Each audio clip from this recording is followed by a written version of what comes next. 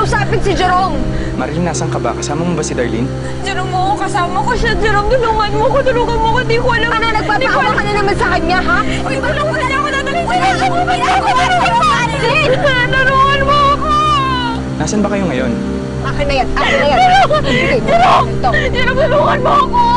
Hello, Darlene. Makinig ka sa akin, ha? Itigil mo yung sasakyan. At sabihin mo sa akin kung nasaan kayo para mapuntahan ko kayong dalawa. At bakit, ha? Konting pagpapaawa lang nitong pangit sa'yo, maawa ka na sa kanya, ha?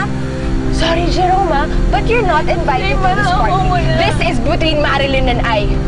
Hello? Hello? What?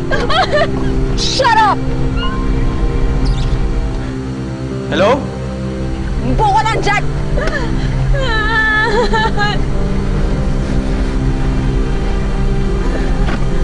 Jerry, mahal mo na. Itigil mo na. Shut up!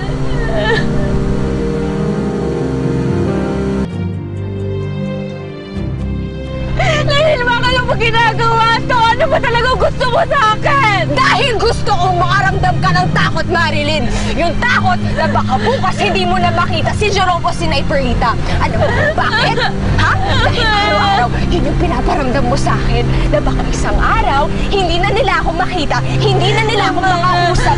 Dahil nasa'yo na sila, dahil inagaw mo na sila! Wala akong inaagaw, Darlene! Wala akong inaagaw sa'yo! Ikaw ang gustong lumayo! Ikaw naglalayo ng sarili mo sa kanila! Ikaw ang puputo na lahat ng kaugnayan mo sa lahat ng taong mahal mo! Kaya itigil mo na to! Shut up!